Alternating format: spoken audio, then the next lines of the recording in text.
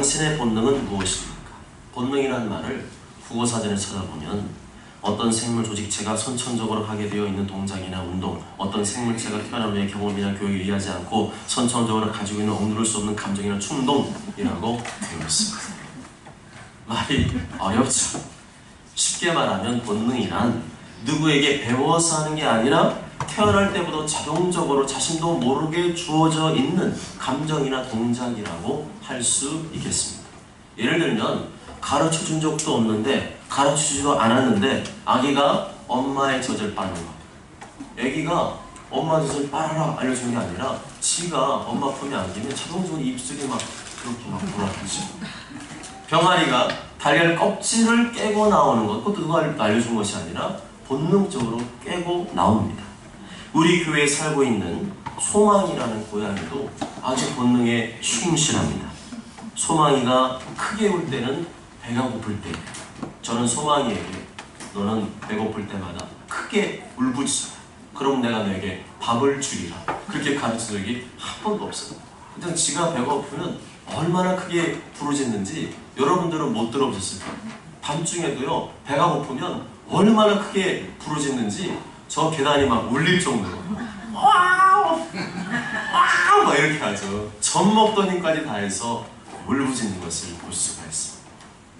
또한 소망이에게는 화장실이 필요합니다. 고양이는 쉬나 응가를 한 다음에는 반드시 모래로 덮어주는 본능이 있습니다. 처음에 소망이가 입양되었을 때 밤새도록 우는 거예요. 얼마나 우는지. 그래서 너 배가 고파서 그런가 보다. 그래서 밥도 주고 물도 주고 다 챙겨줬어요. 그런데도 계속해서 막 울어대는데 새벽 기도를 해야 되는데 잠을 못 자가지고 얼마나 짜증나는지 모르겠어요. 그래서 그 오밤중에요. 고양이가 왜 울까? 지식창을 쳐봤어요. 그러니 먹는 것도 있고 고양이는 응가나시를 아무데나 하지 않는데요. 고양이 화장실이 있어야 고양이는 몰래 숨어서 용변을 본다고 합니다. 아, 그렇군. 그래서 당장 고양이 화장실을 주문해서 사가지고 왔습니다. 그랬더니 그날부로 아주 조용해졌습니다. 저는 그것이 고양이의 본능인 줄을 모르고 있었던 거죠. 이와 같이 먹고 싸고 자는 본능은 모든 생명체들의 살기 위한 몸부림이라고 할 수 있습니다. 남편이나 아내가 우리 자녀가 막 짜증을 낸다. 그건 지금 뭔가 욕구불만이 있는 거예요. 지금 뭔가 본능적으로 채우지 않는 부분이 있는 겁니다. 왜 자꾸 짜증을 내야 할 것이 아니라 뭐가 지금 불만일까? 왜 저렇게 막 짜증을 내고 심술을 부리고 있는 것일까? 그 원인을 찾아내야 됩니다. 오늘 본문에 나오는 다윗도 살기 위한 몸부림을 치고 있습니다. 너무도 고통스럽고 괴로운 현실에서 벗어나고 싶어서 몸부림을 애절하게 치고 있습니다. 1절 다 함께 읽어보실까요? 1절 시작. 하나님이여 나를 지켜주소서. 내가 주께 피하나이다. 한 번 더 크게요. 하나님이여 나를 지켜주소서. 내가 주께 피하나이다. 아멘. 성경에서 다윗은 유일하게 하나님 마음에 합한 자였습니다. 다윗이 하는 생각, 다윗이 하는 말, 다윗이 하는 행동, 다윗이 하는 기도 모두가 다 하나님 마음에 합한 것이었습니다. 그렇다고 해서 다윗이 완벽한 사람은 아니었습니다. 다윗은 밧세바를 범했고 그의 남편 우리아를 전쟁터 최전방에 보내서 살인교사죄를 지었습니다. 그는 간음죄, 살인죄, 이 아주 흉악하고 악랄한 지독한 죄를 지은 사람이었습니다. 그러나 그는 철저하게 통곡하며 눈물로 회개하였고 다시는 그런 죄를 짓지 않았습니다.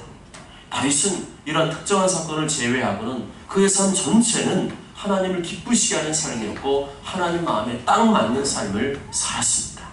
그래서 우리는 다윗을 배워야 됩니다. 당장에 우리가 다윗이 될 수는 없지만 당장에 다윗처럼 기도할 수는 있습니다. 여러분이 진정 하나님 마음에 맞는 삶을 살기를 원하신다면 반드시 다윗의 기도를 배워야 됩니다. 특별히 시편을 묵상하십시오. 시편을 통해 그가 했던 기도의 내용과 그의 간절함을 터득하십시오. 그리고 그렇게 기도해 보십시오. 꾸준히 기도해 보십시오. 며칠, 몇 달, 몇 년이 아니라 그렇게 기도하다 말면 아무 소용이 없습니다. 꾸준히 하는 것이 중요합니다. 꾸준히 기도하는 것이 너무도 중요합니다. 그렇게 꾸준함과 성실함으로 하나님 앞에 나아가다 보면 자신도 모르는 사이에 다윗과 같이 기도하고 있는 모습을 발견하게 됩니다. 하나님의 마음에 맞는 삶을 살고 있는 자신의 모습을 발견하게 됩니다. 그래서 나를 바꾸고 변화시키는 것은 내가 아니라 기도입니다. 기도가 나를 바꾸고 변화시키는 것입니다. 기도가 나를 살리고 회복시키는 것입니다. 우리는 정말로 기도 외에는 다른 종교가 나갈 수 없다는 사실을 분명히 기억해야 됩니다. 그런데도 구원파는 왜 기도하냐고 따집니다. 저는 실제로 그 질문을 받아봤습니다. 제가 부목사 때 청년 중에 요 맹랑한 청년이 구원파에 빠진 거예요. 그런데 그것도 모르고 계속 청년도 열심히 나오는 것을 봤죠. 그런데 눈빛은 좀 이상하더라고요. 근데 저한테 어느 날 질문을 하는 거예요. 왜 기도해야 되죠? 왜 기도해야 됩니까? 근데 얼굴빛을 보니까 정말 몰라서 물어보는 게 아니더라고요. 그래서 저한테 좀 혼났어요. 지금 네가 답을 가지고 말하는 거 아니야? 너 지금 마음속에 이미 답이 있는데 나를 지금 떠보려고 하는 거 아니냐? 그랬더니 그 청년이 꼬랑지를 싹 내리더라고요. 기도가 율법이라고 구원파는 생각합니다. 기도가 율법이래요. 구약시대 율법과 같이 그걸 기도를 하게 되면, 기도를 지키게 되면 그 율법을 지키는 거기 때문에 그 사람은 구원받은 사람이 아니라는 식으로 그렇게 해석을 합니다. 제정신이 아닌 거죠. 그런 생각을 했다는 것 자체가 저는 너무 신기하다. 어떻게 그런 생각을 하면서 신앙생활을 하려고 했을까? 성경에 뭐라고 말씀합니까? 항상 기뻐하라. 쉬지 말고 기도하라. 범사에 감사하라. 아멘. 내가 어떤 상황에서도 항상 기뻐하고 범사에 감사하기 위해서는 결국 무엇이 필요하다는 말입니까? 기도가 필요하다는 거죠. 기도는 절대로 쉬지 말고 해야 되는 것이라 말씀합니다. 쉬지 말고 기도하라는 말은 틈만 나면 기도하라는 것입니다. 무슨 일을 하든지 의식적으로 기도하라는 것입니다. 일을 하든 공부를 하든 걸어가든 운전을 하든 언제나 기도에 힘쓰라는 것입니다. 그럼 왜 그렇게 우리가 기도에 힘써야 되는가?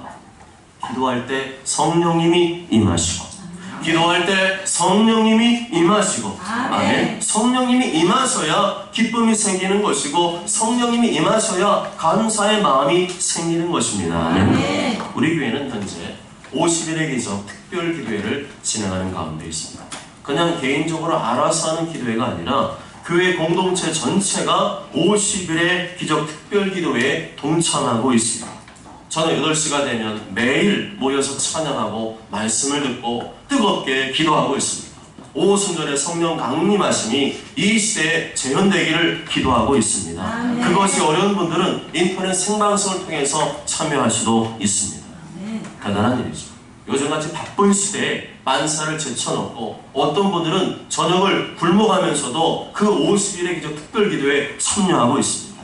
기도에 참석하면 육신적으로는 피곤합니다. 쉬는 시간이 줄어듭니다. 스스로 고난받기를 자처하는 일입니다. 그러나 50일 기적 특별 기도회는 그냥 고난이 아니라 은혜가 있는 고난입니다. 은혜가 있는 고난입니다.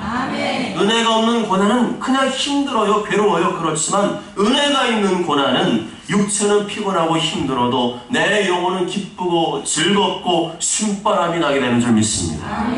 혹시 여러분 중에 요즘 살맛이 안 나는 분이 계십니까? 밥맛이 떨어진 분이 계십니까? 쉼바람이 안 나는 분이 계십니까? 뭘 해도 의욕이 안 생기는 분이 계십니까? 50일의 기적 특별기도에 참석하시기 바랍니다. 늦게라도 참석하시고 일주일에 단 한 번이라도 꼭 참석하십시오. 그 맛의 진가를 경험하시게 될 것입니다. 동네 사람들이나 가족들 중에 이런 우리들의 모습을 보고 미쳤다는 소리를 충분히 할 수 있을 것 같아요. 미쳤어, 완전 미쳤어. 저 교회는 지금 며칠째인지 몰라. 저렇게 약간 불 켜놓고 막 소리 질러 기도하고 찬양하고 말씀이 쩌렁쩌렁 울려 퍼지고 있어. 미쳤어. 그러나 미쳤다는 소리를 들어야 정상입니다. 하나님께 안 미치면 반드시 무언가에 미치게 되어 있습니다. 돈에 미치든지 성공에 미치든지 공부에 미치든지 취미에 미치든지 게임에 미치든지 방탕하고 죄된 일에 미치든지 반드시인가는 무엇인가에 미치게 되어 있습니다. 그런데 왜 하나님께 미치는 것이 비정상입니까? 내 인생 지켜주시고 내 인생에 피할 바위가 되시는 하나님께 내가 미치는 게 왜 비정상입니까? 마귀에게 속고 있는 겁니다. 하나님이여 나를 지켜주소서 내가 주께 피하나이다. 이런 기도는 다윗처럼 하나님께 미친 사람이라 할 수 있는 기도입니다. 우리가 모여서 뜨겁게 기도할수록, 더 기도할수록, 해가 갈수록 저 교회는 미쳤다는 소리를 분명히 듣게 될 것입니다. 그러나 그것이 하나님을 사랑하는 사람들의 정상적인 모습인 줄 믿습니다. 사람이 뭐라고 하는 것이 중요한 것이 아니라 하나님이 뭐라고 하시는지가 중요한 줄 믿습니다. 취미생활도 한 가지에 확 미쳐야 고수가 되는 거 아닌가요?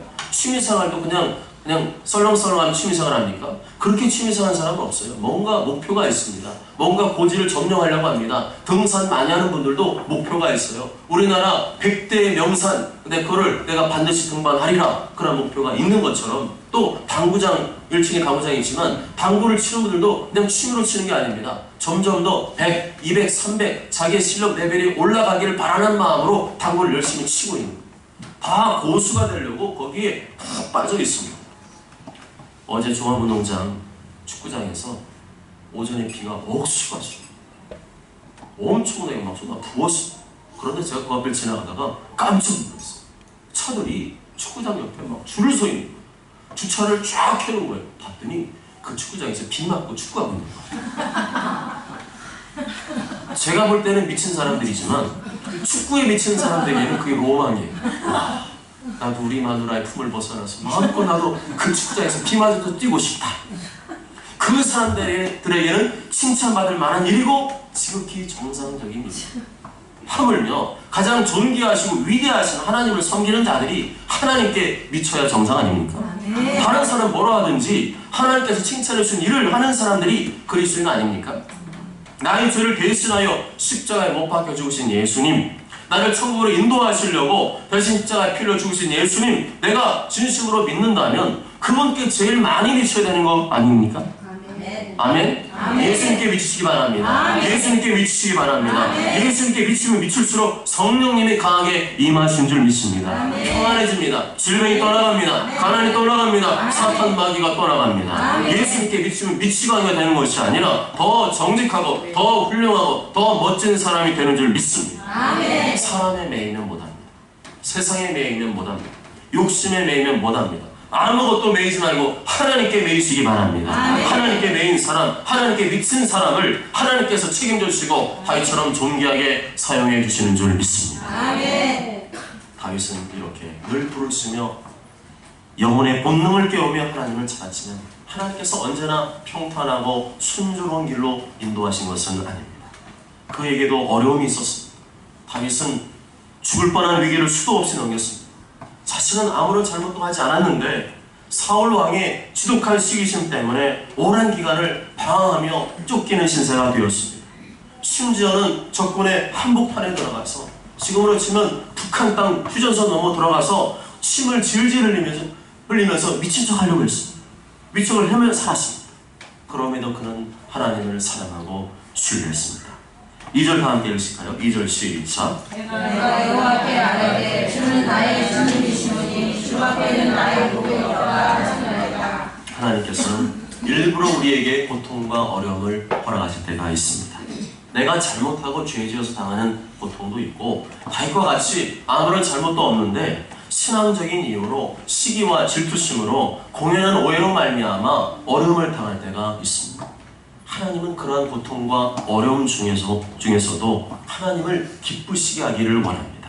나 힘들다고, 나 아프다고, 나 짜증난다고 내 마음대로 하기를 원치 않으시고 원망, 불평, 짜증, 신경질, 그러한 본능, 그런 육체의 본능이 아니라 성령님께서 주시는 영혼의 본능을 주님은 되찾기를 원하신 줄 믿습니다. 아멘. 로마서 8장 6절 8절에 육신의 생각은 사망이요 영의 생각은 생명과 평안입니다. 육신의 생각은 하나님과 원수가 되나니 이는 하나님의 법에 굴복하지 아니할 뿐 아니라 할 수도 없습니다. 육신에 있는 자들은 하나님을 기쁘시게 할 수 없느니라 말씀합니다. 우리 육신의 본능대로 나에게 닥친 어려움을 바라보면 아무런 소망이 안 생깁니다. 힘들고 괴롭고 답답하고 눈물 나고 앞날이 캄캄하게 보일 뿐입니다. 곧 육신의 본능은 사망이요 하나님과 원수가 되게 하며 하나님의 법에 불순종하게 합니다. 그러나 영의 본능은, 영혼의 본능은 생명과 평안입니다. 생명과 평안입니다. 생명과 평안의 주인이신 하나님을 찾는 본능입니다. 생명과 평안의 주이신 하나님이 나에게 찾아오시게 하는 본능입니다. 하나님이여 나를 지켜주소서 내가 주께 피하나이다. 다윗은 영적인 본능이 왕성한 사람이었습니다. 문제가 터지면 하나님부터 찾는 사람이었습니다. 아침에 일어나면 하나님부터 찾는 사람이었습니다. 시간만 나면 하나님부터 찾는 사람이었습니다. 그게 다윗의 본능이었습니다. 여러분의 본능은 무엇입니까? 먹는 것입니까? 자는 것입니까? 노는 것입니까? TV나 스마트폰 보는 것입니까? 이러한 모든 것들은 다 육체의 본능입니다. 그것도 필요합니다. 그것도 채워져야 합니다. 그러나 하나님은 인간을 지으실 때 육체의 본능만 지으신 것이 아니라 영적인 본능도 지으셨다는 사실을 기억하시기 바랍니다. 그것이 먼저임을 기억하시기 바랍니다. 영혼이 잘돼야 범사가 잘되고 강건한 축복이 임하는 줄 믿습니다. 원래는 그렇지 않았어요. 아담과 하와는 본래 하나님과 교제하며 대화하는 영적인 본능에 충실한 존재였습니다. 그런데 아담과 하와가 하나님 앞에 범죄한 이후로 영적인 본능이 죽었습니다. 영적인 본능이 망가졌어요. 아침만 되면 눈만 뜨면 하나님을 찾던 사람들이 죄로 물들어진 다음에는 하나님을 찾지 않게 되었습니다. 예수님을 모르면 살아서도 죽은 겁니다. 예수님 알아도 육체의 본능만 따라가는 사람은 죽은 겁니다. 육체는 반드시 영혼의 조종을 받게 되어 있습니다. 내 육체를 조종하는 것은 영혼입니다. 그래서 영혼이 죽으면 육체의 본능만 따라가게 되어 있습니다. 그 사람이 왜 그러는 것일까? 그 사람이 왜 자꾸 상식에 벗어나는 삶을 살고 있는 것일까? 왜 그 사람이 자꾸만 자기 마음대로 살아가는 것일까? 영혼이 죽기 때문입니다. 영혼이 고장났기 때문입니다. 영혼의 심장이 멈춰섰기 때문입니다. 그런 사람은 기도해줘야 됩니다. 그런 사람은 말 가지고 될 문제가 아닙니다. 잘해준다고 될 문제가 아닙니다. 영혼을 살릴 줄 믿습니다. 영혼을 살려야 됩니다. 영혼의 본능이 살아나도록 기도해줘야 됩니다. 우리 영혼이 본능이 살아나도록 주의를 지키는 것이고, 영혼의 본능이 살아나도록 예배를 드리는 것이고, 영혼의 본능이 살아나도록 말씀을 듣는 것이고, 영혼의 본능이 살아나도록 기도하는 것입니다. 그렇다면 하나님께서 나를 택하시고 성령을 부어주셔서 거듭나게 하신 이유도, 나를 죄와 사망에서 건져내서 영원한 하나님 나라에 이르게 하신 이유도 영적인 본능이 살아나도록 하시기 위함인 줄 믿습니다. 영적인 본능에 눈을 뜨시기 바랍니다. 영적인 본능에 눈을 뜨시기 바랍니다. 그러면 열리기 시작합니다. 소망이 생기기 시작합니다. 내 눈앞의 현실이 아무리 암담해도 내 앞날은 밝고 환하고 소망이 넘치는 미래로 보이기 시작합니다. 영이 닫히면 그게 잠기는 거죠. 하나님은 성도들을 존귀한 자로 바라보고 계십니다. 땅에 있는 우리가 언제나 기쁘고 즐겁고 행복하게 살기를 원하십니다. 아멘. 우리가 날마다 눈물 질질 짜고 슬퍼하고 괴로워 살기를 원하실까요? 그렇지 않습니다. 3절을 다 함께 읽어봅니다. 3절 시작. 땅에 있는 성도들은 존귀한 자들이니 나의 모든 즐거움이 그들에게 이르다. 아멘. 할 수 있다 하면 된다. 해보자. 됩니다. 잘 됩니다. 할수록 더 잘 됩니다. 살겠네. 그래도 살겠네. 아무리 힘들어도 살겠네 하는 의욕은 누구에게 생겨날까요? 영혼의 본능이 살아난 사람에게 생겨납니다. 나는 우리 교회 계단에 붙여있는 그 문구를 보면 짜증이 납니다. 나는 와닿지 않는다. 그 사람은 살았으나 죽은 거예요. 계단에 붙여있는 문구는 그냥 문구가 아니라 영혼의 건강표입니다. 문구를 보며 선포하시기 바랍니다. 아멘. 짜증의 마음을 심어준 원수마귀를 축사하시기 바랍니다. 아멘. 영혼의 본능이 살아나요.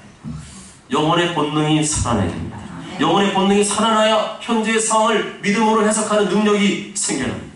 아멘. 날마다 기쁨이 넘치며 즐겁고 행복하며 자신감 넘치는 존귀한 성도의 삶을 살게 됩니다. 아멘. 8절부터 11절까지 8절부터 11절 다 함께 읽습니다. 시작. 그가 여호와를 의지하며 내 모시며 그가 나의 오른쪽에 계심으로 내가 흔들리지 아니하리로다. 이런 날 나의 마음이 이고 나의 영도 즐거워하며 내 육체도 안전히 살리니 이는 주께서 내 영혼을 수월에서 버리지 아니하시며 주의 거룩한 자를 멸망시키지 아니하실 것입니다. 주께서 생명의 길을 내게 보이시니 주의 앞에는 충만한 기쁨이 있고 주의 오른쪽에는 영원한 즐거움이 있나이다. 아멘. 영혼의 본능이 살아나 하나님을 찾게 되면 맨 먼저 바뀌는 것이 내 마음과 영입니다. 우리는 문제부터 해결되기를 바라지만 하나님께서는 우리의 순서대로 하지 않으세요. 우리는 문제가 해결되는 것이 먼저지만 하나님은 그 문제 해결이 먼저가 아니라 내 마음과 영혼이 변화되는 것이 먼저입니다. 나의 마음이 기쁘고 나의 영도 즐거워하며, 하나님께서는 지금 그것을 말씀하고 있죠. 내가 하나님을 찾을 때 제발 하나님 나를 뭘 바꾸시는가? 나의 마음을 기쁘시게 하고 내 영혼이 즐거워하게 만들어 주십니다. 아플 때는 약을 먹어야죠. 아플 때 약 안 먹고 버티는 분도 있는데 그건 지혜로운 모습이에요. 하나님께서 약을 주시면 약도 먹어야 됩니다. 그렇지만 약을 먹어도 잘 안 낫는 병은 원인을 잡아야 돼요. 질병의 원인을 치료하지 않으면 계속해서 약을 먹게 되고, 약을 오랫동안 먹게 되면 약물 부작용 때문에 또 다른 질병이 생겨납니다. 하나님께서는 우리 삶 속에서 문제를 허락하실 때가 있습니다. 고통을 허락하실 때가 있습니다. 그것을 통해서 하나님은 문제를 해결하는 일보다 그 원인, 그 근본을 치료하기를 원하십니다. 내 마음과 영이 회복되기를 바라십니다. 하나님을 찾는 영적인 본능이 살아나기를 바라십니다. 아멘. 외식하고 여행가고 취미생활하고 게임하고 쇼핑해도 잠시 내 마음의 기쁨과 즐거움이 생기죠. 그러나 그 기쁨과 즐거움 누리기 위해서는 얼마나 많은 돈과 시간과 수고가 들어갑니까? 그게 하나님 되시겠습니까? 하나님, 우리가 하나님 앞에 나와 하나님 주시는 기쁨과 즐거움을 누리기를 원하신 줄 믿습니다.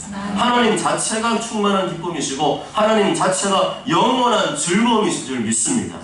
내가 주는 물은 그 속에서 솟아나는 영생으로 솟아나는 샘물이 되리라. 그리고 그 다음에 내 육체의 질병도 내 인생의 문제와 앞날도 해결해 주시고 열어주시는 것입니다. 내 육체도 안전히 살리니 버리지 아니하시며 멸망시키지 아니하시며 주께서 생명의 길을 내게 보이시리니. 아멘. 이런 믿음의 생각은 영혼의 본능이 살아난 사람에게만 주어집니다.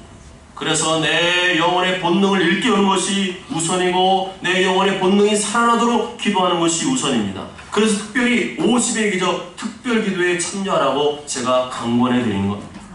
그러면 왜 기도하면 영혼의 본능이 살아날까? 그것은 기도하면 성령님이 임하시기 때문입니다. 성령님이 임하시기 때문입니다. 성령이 임하셔서 내 영혼의 본능을 일깨워주기 시작합니다. 이게 먼저입니다. 내 영혼의 본능은 내가 깨울 수가 없습니다. 내가 깨운다고 소리쳐봐야 깨어나든가요? 야, 일어나, 정신 차려! 한다고 내 영혼이 깨어나든가요? 그렇지 않습니다. 성령님이 깨우시는 줄 믿습니다. 성령님이 깨우셔야 돼요. 그래서 예수님은 하늘로 올라가시면서 성령을 구하라 말씀하셨습니다. 오직 성령이 너희에게 임하시면 너희가 권능을 받고, 성령 임하시지 않으면 아무리 오랜 신앙생활에서 아무리 목사 할아버지라고 해도 육체의 본능을 따라가게 되어 있습니다.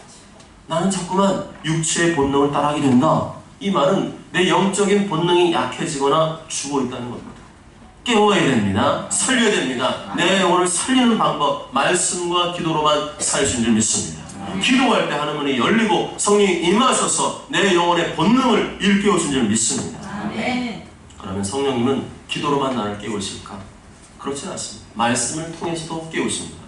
7절 다 함께 읽어보십니다. 7절 시작. 나를 훈계하신 여호와를 송축할지어다. 밤마다 내 양심이 나를 교훈하도다. 아멘. 말씀과 기도는 같이 갑니다. 나를 훈계하신 여호와를 송축할지어다. 말씀을 들을 때 깨달아지고 생각이 바뀝니다. 말씀을 들을 때 관심이 바뀌고 정신을 차리게 됩니다.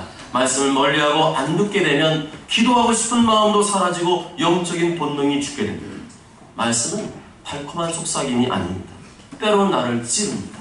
칼같이 다가옵니다. 설교 말씀 듣는 시간은 강연을 듣는 시간이 아닙니다. 강연 시간에는 책망하지 않습니다. 훈계하지 않습니다. 살살살 조심스럽게 말하고 부드럽게 말합니다. 그러나 설교는 하나님의 말씀을 듣는 시간인 줄 믿습니다. 하나님 말씀은 심플하지만 정확합니다. 날선 검처럼 예리합니다. 내 속에 있는 감추어진 죄를 찌르고 양심을 찌릅니다. 그때 겸손한 사람은 회개하는 것이고 교만한 사람은 일을 가는 겁니다. 밤마다 내 양심이 나를 교훈한다. 지금 기도하는 거잖아요. 밤마다 뭘 하겠어요? 밤마다 내 양심이 나를 교훈한다. 기도하는데 무슨 일이 벌어지는가? 기도할 때 좋은 것만 떠오르는 것이 아니라, 기도할 때 하나님 나 사랑한다 말씀하신 것이 아니라, 그것만 말씀하신 것이 아니라 하나님 나의 죄가 떠오르게, 하나님은 내 죄를 지적하시고 하나님은 내가 순종하지 않은 것들을 깨닫게 하신다는 겁니다. 그런데 그 기도가 바른 기도인 줄 믿습니다. 그 말씀이 바른 말씀입니다. 부모가 자녀에게 항상 좋은 말만 하고 살 수 있나요? 때로는 훈계하고 책망하는 것처럼 하나님 아버지 우리에게 사랑은 대하지만 때로는 단호하게 책망하시기도 합니다. 그러면 망하니까. 그렇게 살면 안 되니까 단호하게 책망하는 말씀도 분명히 해주십니다. 그것을 모르고 신앙생활하는 사람은 하나님 아버지를 모르는 사람입니다. 그냥 성경이 말하는 하나님 아버지가 아니라 내가 바라고 원하는 아버지상을 만들어 놓고 그 하나님만 내가 원하는 하나님이라고 착각하는 겁니다. 그러나 성경은 하나님을 그렇게 말씀하지 않습니다. 4절을 함께 읽습니다. 4절 시작. 다른 신에게 예물을 드리는 자는 괴로움이 더할 것이다. 나는 그들이 드리는 피의 존재를 드리지 아니하며 내 주로 그의 이름을 부르지 아니할 거다. 아멘. 좋은 게 좋은 거다. 신앙생활 그렇게 하면 안 됩니다. 내 입술로 그 이름도 부르지 아니하리로다. 얼마나 단호박입니다. 다윗은 하나님이 싫어하는 것, 미워하는 것 그 입술로도 부르지 않았습니다. 그 근처에도 가지 않았습니다. 성경대로 하시기 바랍니다. 성경대로 해야 됩니다. 특히 우상 숭배하는 죄는 3, 4대까지 저주를 불러일으킵니다. 예수님 믿고 저주가 완전히 끊어진 사람도 다시 그 죄에 동참하게 되면 스스로 저주를 끌어당기게 됩니다. 말씀대로 하시기 바랍니다. 말씀대로 해야 됩니다. 그 대신 하나님을 사랑하십시오. 돈 사랑하지 말고 하나님 사랑하십시오. 세상 사랑하지 말고 하나님 사랑하십시오. 죄를 사랑하지 말고 하나님을 사랑하십시오. 하나님을 사랑하면 나의 모든 삶을 책임져 주시고 지켜주신 줄 믿습니다. 5절 6절 다 함께 했습니다. 5절 시작. 여호와는 나의 사랑과 나의 자녀 소득이시니 나의 반깃을 지키시니라. 내게 불러 드려준 기업은 하나님과 곳에 있으며 나의 기업이 싫어하는 것 같더라. 누가 나를 지켜주실까요? 누가 내 분깃과 기업을 지켜주실까요? 하나님이십니다. 하나님께서 나를 지켜주시고 나의 분깃과 기업을 지켜주신다 고백하고 있습니다. 하나님과 멀어지면 누가 역사합니까? 마귀가 역사하죠. 하나님을 가까이 하면 성령 역사하지만 하나님과 멀어지면 그럼 100% 마귀가 역사합니다. 마귀가 내 삶에 들어와서 모든 것을 도둑질하고 죽이고 빼앗아가고 멸망시켜버립니다. 잘 나가던 사람도 하나님과 멀어지면 하루아침에 돌아온 탕자가 될 수 있음을 기억하시기 바랍니다. 사랑하는 여러분, 갈라디아 5장 17절에 이렇게 말씀합니다.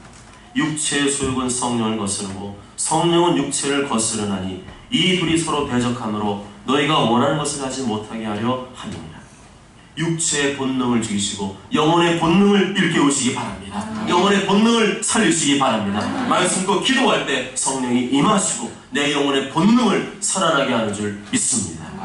오직 저는 모두가 다윗처럼 내 영혼의 본능을 일깨워 날마다 하나님께 나아가심으로 말미암아 하나님께서 내 영과 마음에 충만한 기쁨과 영원한 즐거움을 주시고 내 분깃과 기업을 지켜주시고 내 앞날과 미래를 생명의 길로 인도해 주시길 주님의 이름으로 축복합니다. 아멘.